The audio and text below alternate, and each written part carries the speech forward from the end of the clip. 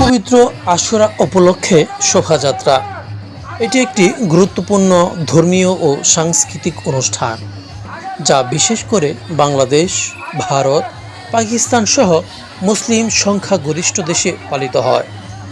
আশুরা মূলত ইসলামের ইতিহাসে খুবই গুরুত্বপূর্ণ দিন, কারণ এটি হিজরি সালের প্রথম মাসের 10 তারিখ, যেখানে হিজরি বছরের প্রথম মহাপ্রসঙ্গের ঘটনা স্মরণ করা হয়, ইমাম হুসাইন আলাইসাল্লাম ও তার পরিবারের শাহাদত।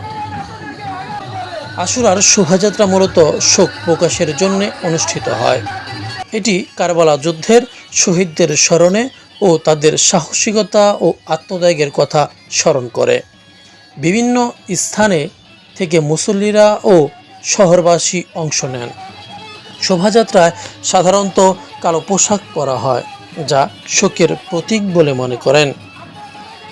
এই শোভাযাত্রায় ব্যানার, ফেস্টুন, আলোকসজ্জা ও বিভিন্ন ধরনের ছবি ও প্রতীক ব্যবহার করা হয়।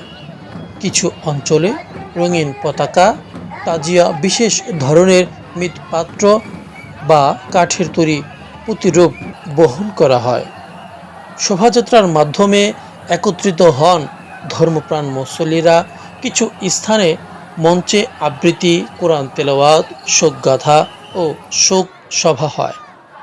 বিভিন্ন স্থানে মহিলাদের জন্য আলাদা আয়োজন থাকে।